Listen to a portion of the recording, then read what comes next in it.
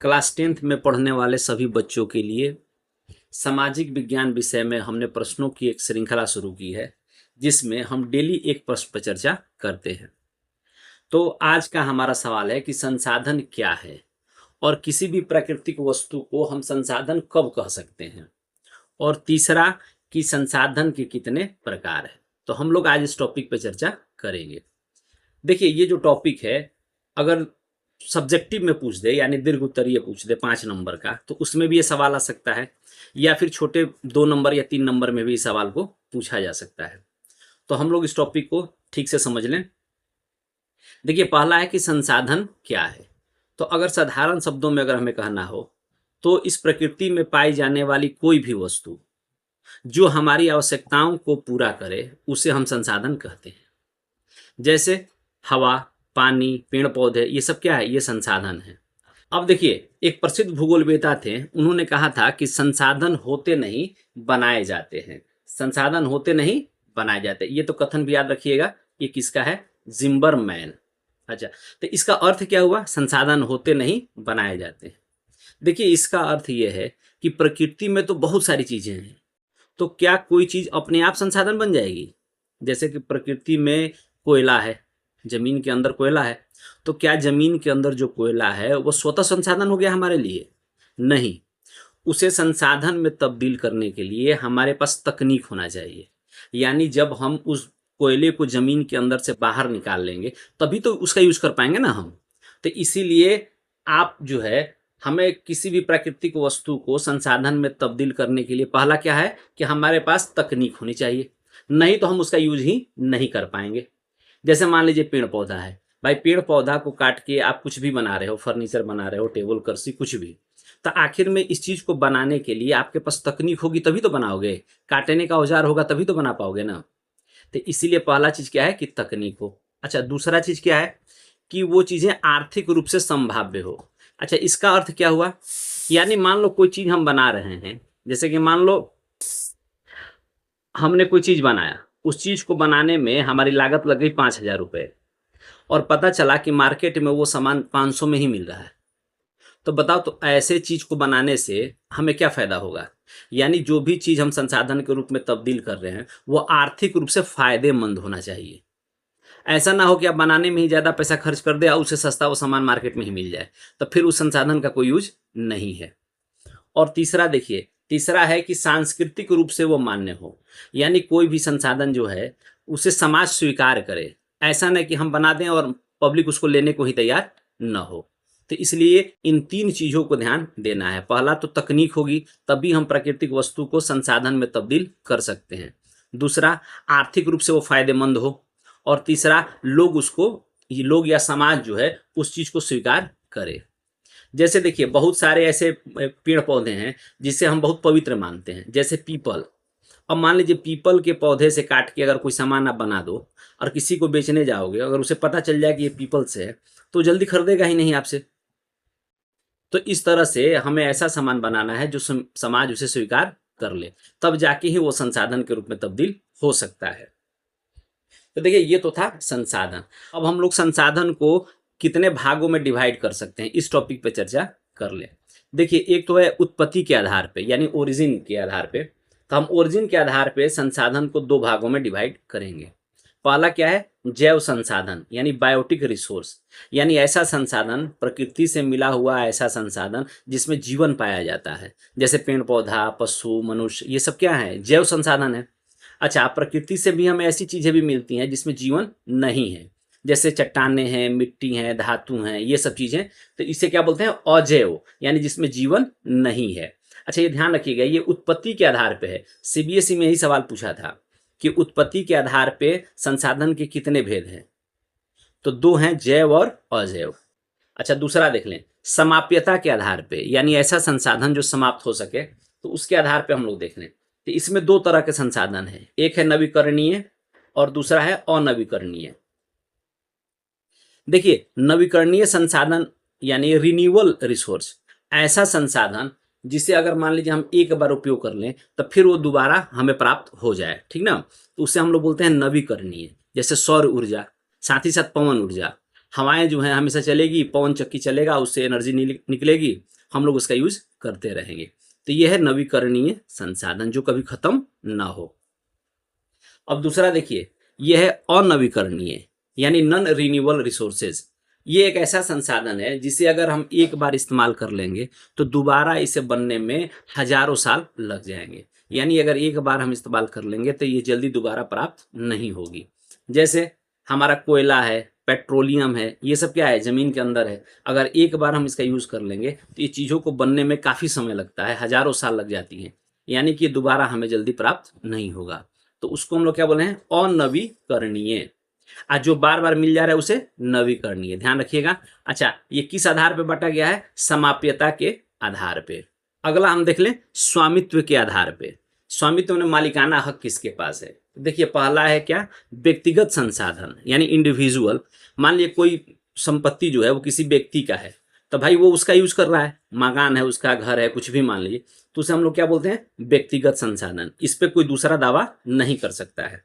दूसरा देखिए सामुदायिक स्वामित्व वाले संसाधन। अब देखिए जैसे कि मान लीजिए कोई ऐसा संसाधन है, जैसे सरकारी कोई पार्क है, खेल का मैदान है, ये सब जिसपे पूरे समुदाय का अधिकार होता है, ठीक ना, वहां पे कोई आपको रोक टोक नहीं सकता है। लेकिन अगर वही मान लीजिए कोई खेल का मैदान है, वो किसी व्यक्ति विशेष का है, तो वहां पे कोई दूसरा तो जा नहीं सकता है। तो जब व्यक्ति विशेष का होगा तो उसे हम व्यक्तिगत संसाधन मान लेंगे। लेकिन अगर सरकार का है, जिसपे सभी लोगों का अधिकार है, तो उसे हम लोग क्या मानेंगे, सामुदायिक स्वामित्व वाले संसाधन। तीसरा देखिए राष्ट्रीय संसाधन। राष्ट्रीय संसाधन माने हर वो संसाधन जो देश का है, जिसपे सरकार का अधिकार है। जैसे वन है, जंगल, ये सारी चीजें क्या है, वो तो सब सरकार की संपत्ति है, तो उसे हम लोग बोलते हैं राष्ट्रीय संसाधन। अच्छा, इसमें एक चीज और थोड़ा ध्यान रखिएगा। जैसे भारत की जो तटीय सीमा है, मान लीजिए, ठीक, भारत में इधर क्या है, अरब सागर, इधर है बंगाल की खाड़ी। तो राष्ट्रीय संसाधन में ये मान लीजिए आपका तट है, तो इस तट से इधर समुद्र है, तो इस समुद्र में जो 12 नॉटिकल मील की दूरी है, ठीक ना, कितना, 12 नॉटिकल मील। समुद्र में दूरी मापने की क्या है, नॉटिकल मील होती है, ठीक ना। तो 12 नॉटिकल मील की जो दूरी होती है वो हमारे देश की राष्ट्रीय संपत्ति में काउंट होती है। ये ध्यान रखिएगा। अगर भारत की सीमा के जो हमारी जो समुद्री सीमा है उससे 12 नॉटिकल मील की दूरी जो समुद्र में है, उस सब पे भारत का पूर्णतः अधिकार है। ये ध्यान रखिएगा। ये दूरी जो है इस पे हम लोग का पूर्णतः अधिकार है इस समुद्र वाले में। तो इसे भी हम लोग राष्ट्रीय संपत्ति में काउंट करते हैं, ठीक ना। अब अगला देखिए अंतर्राष्ट्रीय संसाधन। अब एक चीज आप लोग देख लीजिए, जैसे भारत की सीमा थी, समुद्री सीमा, देखिए ये 12 नॉटिकल मील की जो दूरी थी, इस पे तो भारत सरकार का अधिकार है। लेकिन 200 नॉटिकल मील, ये देखिए यहां से लेकर यहां तक ये दूरी कितनी है, 200 नॉटिकल मील, ठीक ना।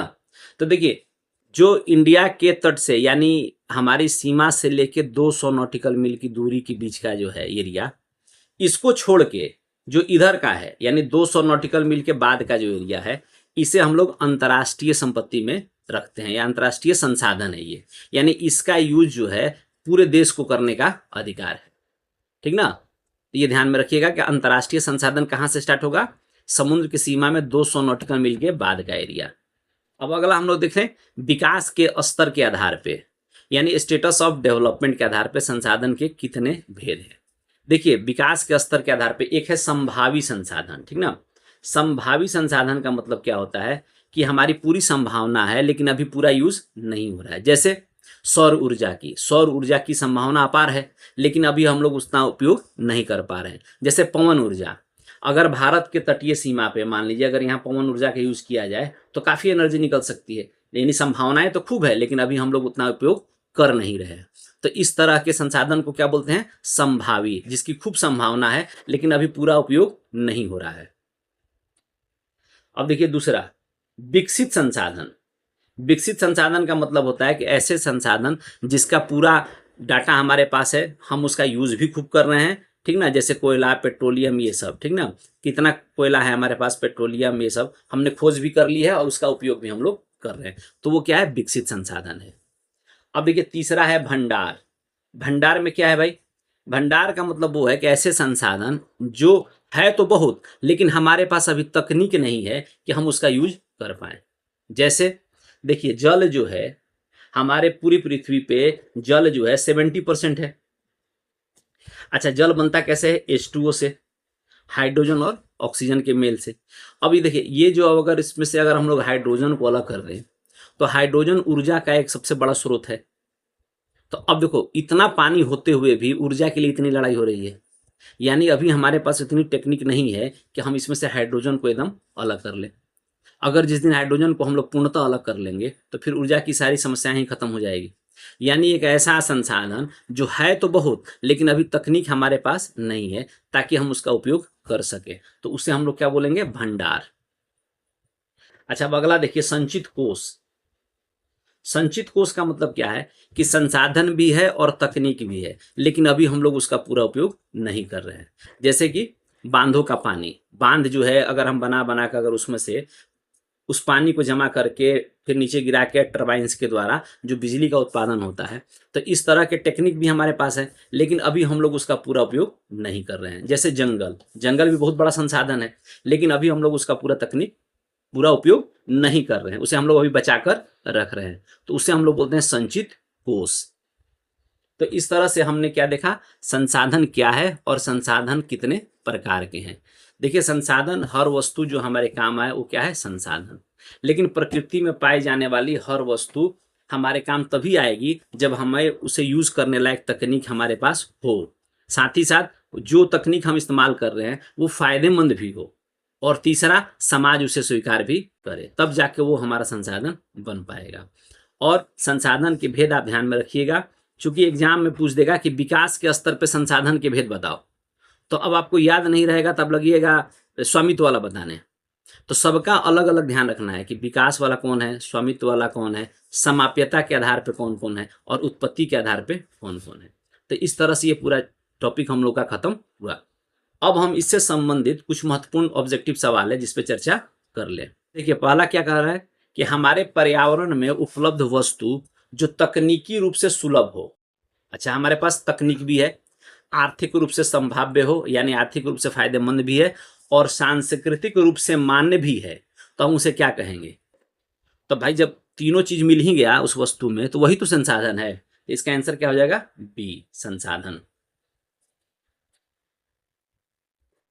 देखिए अगला सवाल है कि प्रसिद्ध भूगोलवेता जिम्मरमैन का कौन सा कथन संसाधनों के संदर्भ में प्रसिद्ध है? देखिए हम सबसे शुरू में ही स्टार्ट किए थे जिम्मरमैन वाला कथन। तो उन्होंने क्या कहा था कि संसाधन होते नहीं बनाए जाते हैं।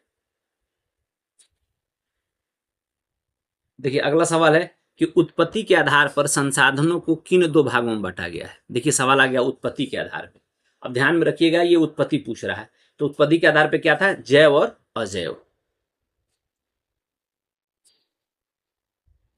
अगला देखिए सवाल, कार्य के निम्नलिखित में से कौन सा एक जैव संसाधन का उदाहरण है? ऐसा संसाधन जिसमें जीवन, तो उसका उदाहरण कौन सा है? देखिए ऑप्शन क्या क्या दे रहे हैं। चट्टान, चट्टान में जीवन तो है नहीं, धातु में भी नहीं है, सौर ऊर्जा में भी नहीं है, लेकिन पेड़ पौधों में है, तो आंसर क्या होगा? सी। देखिए अगला सवाल कर रहा है कि समाप्यता के आधार पर संसाधन के दो भेद कौन कौन से हैं? अब देखिए समाप्यता के आधार पर हमने क्या देखा, एक जो समाप्त हो जाएगा तो मिलेगा नहीं, और दूसरा अगर समाप्त भी हो जाएगा तो पुनः प्राप्त किया जा सकता है, यानी नवीकरणीय और अनवीकरणीय। तो आंसर क्या होगा? सी। अगला देखिए टॉपिक है, कह रहे हैं कि सौर ऊर्जा और पवन ऊर्जा किस प्रकार के संसाधन है? बताइए, नवीकरणीय है या अनवीकरणीय है? तो सौर और पवन ऊर्जा कभी खत्म नहीं होगा, ये क्या है? नवीकरणीय। अगला कह रहा है कि कोयला, पेट्रोलियम और प्राकृतिक गैस किस वर्ग में आते हैं? देखिए कोयला, पेट्रोलियम, प्राकृतिक गैस बताए थे ना कि एक बार खत्म होगा तो जल्दी मिलेगा नहीं, तो ये क्या है? अनवीकरणीय। अगला सवाल कर रहे हैं कि गांवों में गोचर भूमि यानी चारण भूमि और शहरों में पब्लिक पार्क किस प्रकार के संसाधन है? देखिए स्वामित्व वाले में सवाल पूछ दिया, यानी ऐसा संसाधन जिसपे सबका अधिकार हो, समुदाय का, गांव का, उसे हम लोग क्या बोलते हैं? सामुदायिक स्वामित्व वाले संसाधन हो। अच्छा अगला सवाल देखिए क्या कर रहा है, कह रहा है किसी भी देश की तट रेखा से कितने किलोमीटर तक का महासागरीय क्षेत्र प्रादेशिक जल कहलाता है? ठीक ना, टेरिटोरियल वाटर्स उसको कहा जाता है। तो देखिए सीमा से बताए थे ना कि 12 नॉटिकल मील तक का जो क्षेत्र है वो हमारा अपना है, तो इसी को हम लोग क्या बोलते हैं, प्रादेशिक जल, ठीक ना, टेरिटोरियल वाटर, यानी 12 नॉटिकल मील तक। तो आंसर क्या हो जाएगा, बी। अच्छा, अब अगला सवाल देखिए, कह रहा है कि अपवर्जक आर्थिक क्षेत्र यानी एक्सक्लूसिव इकोनॉमिक जोन ईईजेड की सीमा तट रेखा से कितनी दूरी तक होती है। देखिए इसमें क्या था कि जो हमने ये देखा तट पे, तो यहाँ तट रेखा से लेके 200 नॉटिकल मील यहाँ तक का जो एरिया है, यानी 200 नॉटिकल, इसी को हम लोग क्या बोलते हैं, ईईजेड। क्या बोलते हैं इसको, ईईजेड। अच्छा देखिए इसमें क्या होता है कि जो 12 नॉटिकल मील का एरिया है, ठीक ना, जिसे हम लोग प्रादेशिक जल बोले, इस पे तो जैसे कि मान लीजिए भारत के संदर्भ में आप देखिए, तो भारत में ये जो 12 नॉटिकल मील का एरिया है, इस पे तो सरकार का सीधा नियंत्रण है, यानी इसमें कोई बाहरी नहीं आ सकता है बिना हमारे परमिशन के, इतने दूरी तक, ठीक ना, करीब 22 किलोमीटर की ये दूरी है। अच्छा अब ये देखिए, ये जीरो से लेके जब 200 नॉटिकल मील की दूरी पर आइएगा, तो 22 वाला तक तो मेरा पूरा अधिकार था, इसमें तो कोई आ ही नहीं सकता है। लेकिन इसके बाद जो ये दूरी बचा ना, यानी 12 के बाद जो ये 200 वाली दूरी बची, ये जो एरिया है, इस पे भी सरकार का अधिकार है, लेकिन ये कैसा अधिकार है, ये एक तरह से आर्थिक अधिकार है ये, यानी इसमें कोई बाहरी जहाज आ जा सकता है, ये ध्यान रखिएगा आप। कोई मान लीजिए अगर पाइपलाइन वगैरह बिछ रहा है तो जा सकता है, हाँ, लेकिन इस पूरे एरिया में जो भी समुद्र के अंदर संसाधन है, यानी पानी, मछली या कोई भी मान लीजिए संसाधन, इन सब पे अधिकार किसका होगा, भारत का होगा, ये ध्यान रखिएगा। यानी 200 नॉटिकल मील के अंदर जो अधिकार है वो किसका है, भारत का है, लेकिन 12 से 200 के बीच का जो एरिया है, इससे कोई बाहरी जहाज जा सकता है, इस पे हम उनसे रोक नहीं सकते हैं, ये ध्यान रखिएगा। तो इसी क्षेत्र को हम लोग बोलते हैं ईईजेड, यानी 0 से लेके 200 तक का। अच्छा 200 के बाद वाला तो अंतर्राष्ट्रीय हो गया, इसमें तो हमारा भाई बोलने का अधिकार ही नहीं है, ये तो कोई जैसे यूएनओ वगैरह है, वो सब संस्थाएं जो है इसका नियंत्रण करती हैं। यानी 200 के पहले वाला जो है उसको दो भागों में डिवाइड किया गया, एक तो 12 तक, तो 12 तक तो टोटल हमारा अधिकार। अब 12 से 200 नॉटिकल मील, इसमें आर्थिक अधिकार तो हमारा है, लेकिन राजनीतिक अधिकार यानी उधर से कोई जहाज आ जा रहा है या कोई पाइपलाइन वगैरह बिछ रही है, तो हम उस पर रोक टोक नहीं लगा सकते हैं, ठीक ना। तो ये था ईईजेड। अब देखिए अगला सवाल कह रहा है कि तट रेखा से 200 समुद्री मील दूर खुले महासागरीय संसाधनों पर किसका नियंत्रण होता है। बताए थे ना, ये तटीय रेखा से जब 200 के आगे का ये अंतर्राष्ट्रीय संसाधन है, तो अंतर्राष्ट्रीय संस्थाओं का भारत के पश्चिमी भाग यानी राजस्थान, गुजरात, ये सब जो है पवन और सौर ऊर्जा के प्रचुर स्रोत हैं, लेकिन सही विकास न होने के कारण इन्हें किस वर्ग में रखा गया है। अब देखिए ये 4 तरह के संसाधन है, विकसित, संभावी, संचित या अजैव। आप इसको किस में रखिएगा, इसको हम लोग किस में रखेंगे, संभावी में, यानी संभावनाएं तो खूब है लेकिन अभी ये पूरा विकास नहीं हो पाया है। तो ये कौन सा संसाधन हुआ, संभावी संसाधन। अच्छा अगला सवाल देखिए, कह रहा है कि पर्यावरण में उपलब्ध वे पदार्थ जो मानव की जरूरतों को पूरा कर सकते हैं लेकिन सही तकनीक की कमी के कारण हमारी पहुंच से बाहर है, तो उन्हें हम क्या कहेंगे, कैसा संसाधन कहेंगे। सामान तो खूब है लेकिन तकनीक ही हमारे पास नहीं है ताकि हम उसका यूज कर सके, तो हम उसे किस में रखेंगे, भंडार में। भंडार तो है लेकिन अभी तकनीक नहीं है।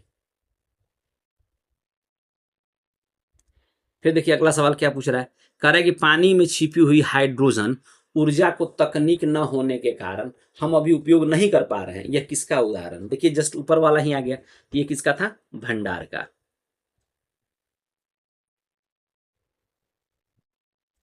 अच्छा अगला सवाल ये कर रहा है कि वह संसाधन जिसके लिए हमारे पास तकनीक भी है और हम उपयोग भी जानते हैं लेकिन उसे भविष्य की जरूरतों के लिए बचा कर रखा गया है, जैसे बांधों का पानी, क्या कहलाता है। बताए थे ना उस समय कि ऐसा संसाधन जिसमें हमारे पास टेक्निक भी है और संसाधन भी है लेकिन अभी हम भविष्य के लिए उसको बचा के रखे हैं, तो उसे हम लोग क्या बोलेंगे, संचित कोष। अच्छा हमारा आज का अंतिम सवाल क्या है, कह रहा है कि संसाधनों के संरक्षण के संदर्भ में एक कथन है बड़ा फेमस कि हमारे पास हर व्यक्ति की आवश्यकताएं की पूर्ति के लिए बहुत कुछ है लेकिन किसी के लालच की संतुष्टि के लिए नहीं। यानी आवश्यकताओं के लिए तो बहुत कुछ है लेकिन लालच के लिए नहीं। यानी दूसरे अर्थ में अगर कहें तो हमारे पास पेट भरने के लिए बहुत है पर पेटी भरने के लिए नहीं। कह रहा है कि ये प्रसिद्ध कथन किसका था, तो ये प्रसिद्ध कथन था महात्मा गांधी का, ठीक ना। आंसर क्या होगा, सी। तो इस तरह से आज हमने एक सवाल पर चर्चा की, संसाधन क्या है और संसाधन के कितने प्रकार हैं। आप इनको खूब अच्छे से देखिएगा, नोट्स बना लीजिएगा, ठीक। और सारे ऑब्जेक्टिव से भी आप, ऑब्जेक्टिव से हम क्या होता है कि क्वेश्चन को समझने में आसानी होती है, ठीक ना। तो इस तरह से हमारा ये टॉपिक पूरा हुआ। चलिए वीडियो देखते रहिएगा और अपने दोस्तों के बीच शेयर भी कीजिएगा, और अगर आपको अच्छा लगे तो चैनल को लाइक सब्सक्राइब भी कर दीजिएगा। Thank you.